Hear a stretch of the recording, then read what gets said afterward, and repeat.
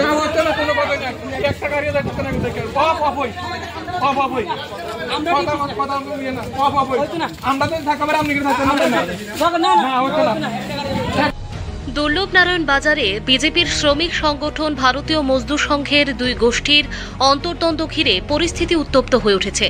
স্থানীয় সূত্রে জানা গেছে, একদিকে দুর্লভনারায়ণ অঞ্চলের নেতা বলাই দেবনাথ, অন্যদিকে মেলাঘরের নেতা বিপ্লব মজুমদার। দুজনের মধ্যে দীর্ঘদিন ধরে আধিপত্য বিস্তার নিয়ে দ্বন্দ্ব চলছে। এই টানা পোড়ানের জেরে আজ সকালে ক্ষুব্ধ অটো শ্রমিকরা বাজার এলাকায় সকাল 7টা থেকে রাস্তায় অবরোধ শুরু করে। দুপুর 12টা পার হলেও অবরোধ অব্যাহত রয়েছে। ফলে অফিস যাত্রী, স্কুল কলেজের ছাত্রছাত্রী থেকে শুরু করে রোগী পর্যন্ত সবাই ভোগান্তির শিকার হচ্ছেন। বাজারের স্বাভাবিক ব্যবসাও প্রায় থমকে গেছে। 7টা থেকে আপ টু 12টা পর্যন্ত এখনো দুর্লভনারায়ণ যিনি অটো সিন্ডিকেট আছেন বিএমএস, দুর্লভনারায়ণ বাজারে যে বিজেপি শ্রমিক সংগঠন ভারতীয় মজদুর সংঘ দুই গোষ্ঠী কুন্দলের জেরে, মেলাঘর এবং দুর্লভনারায়ণ গোষ্ঠী কুন্দলের জেরে রাস্তায় সেখানে অবরোধ। সেখানে স্থানীয় যারা ড্রাইভার আছেন, যারা অটো শ্রমিক, তাদের রাস্তা সকাল থেকে রাস্তা অবরোধ করে আছেন। সেখানে স্কুলের শিক্ষক থেকে আরম্ভ করে ছাত্র ছাত্রীরা, তাদের কয়েকদিন পরে সেখানে পরীক্ষা আছে, তারা সবাই সেখানে রাস্তায় সেখানে আছেন।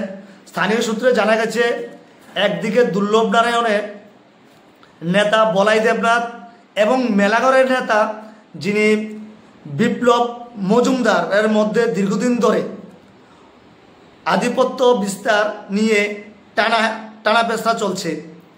এই গোষ্ঠীকুন্দলের জেরে সকালে অটো শ্রমিকরা ক্ষুদ্র হয়ে বাজারে তারা রাস্তা অবরোধ সেখানে করেন। অটো শ্রমিকদের অভিযোগ, দুই গোষ্ঠীর দ্বন্দ্বে তাদের জীবিকা মারাত্মকভাবে ক্ষতিগ্রস্ত হচ্ছে। এক পক্ষের নির্দেশ মানলে অন্য পক্ষ বাধা দিচ্ছে, ফলে প্রতিদিন সমস্যায় পড়তে হচ্ছে। এদিকে প্রশাসন ও পুলিশের আলোচনার মাধ্যমে অবরোধ তুলতে উদ্যোগ নিলেও এখনো স্থায়ী সমাধান হয়নি।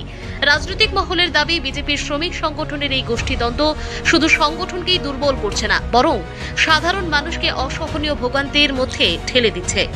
বিপ্লব হলো বাস সিন্ডিকেটের সেক্রেটারি বা কি বাস সিন্ডিকেটের সেক্রেটারি, কিন্তু আমরা অটো শ্রমিক আলাদা, বাস আলাদা, ডিএমএস আলাদা।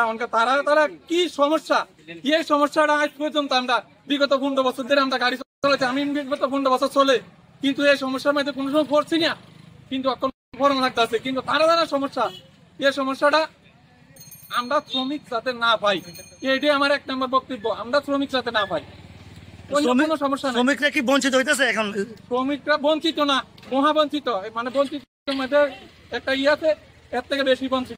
মানে বিগত দিন বাম আমলে এরকম মানে হেনস্থার শিকার হয়েছেন কি?